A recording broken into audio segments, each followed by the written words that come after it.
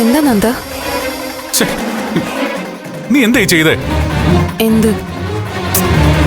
അല്ല, ബെല്ല ഇവിടെ എന്റെ കട്ടിലില്ല. എന്റെ നന്ദ, ഒന്നും പറയണ്ട. രാത്രിയായപ്പോ പെട്ടെന്ന് എന്റെ മുറിയിൽ AC ഡും. AC അടിച്ചു പോയിന്ന്. റിസപ്ഷനിൽ ചെന്ന് ബഹളം ഉണ്ടാക്കി. അവര് പറയുന്നത് ടെക്നീഷ്യൻ നാളെ വരുമെന്ന്.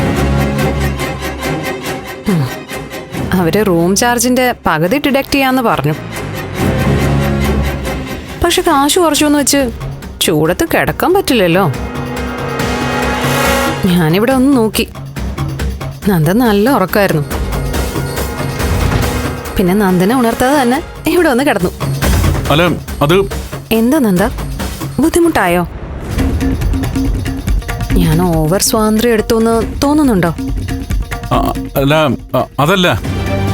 ദേവി അല്ലാതെ വേറെ സ്ത്രീകളാരും ഇന്നവരെ ഒരുമിച്ചിങ്ങനെ.